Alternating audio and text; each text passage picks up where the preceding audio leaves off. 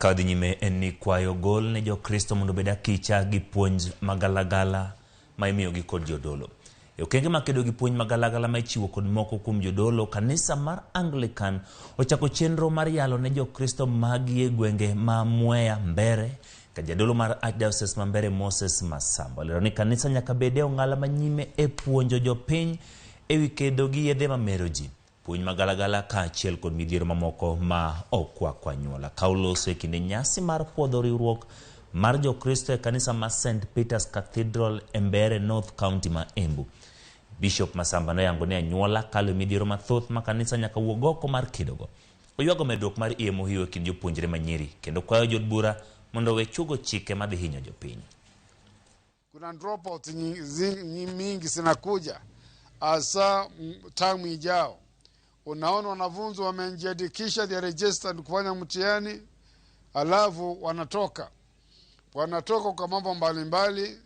Wengine wanasema naenda kazi zingine, hiyo tunaita child labor. Wengine wamepata child abuse, wamepata mimba. Wengine wameolewa wakiwa wachanga. Changamoto mingi. Kwa hivyo ni jukumu letu kama kanisa, kama vile serikali inaangalia pia, tuone tumetoka nje, tukae na watu. By us not actively engaging in mission, we've opened the space for extremists. Because we believe that Anglican Church has a sound doctrine. We have what it takes to nurture a health society.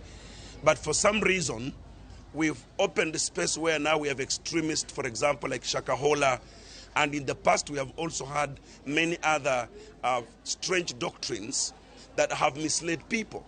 So Anglican Church has a responsibility, and we cannot step forth backward and just let emerging sects mislead society.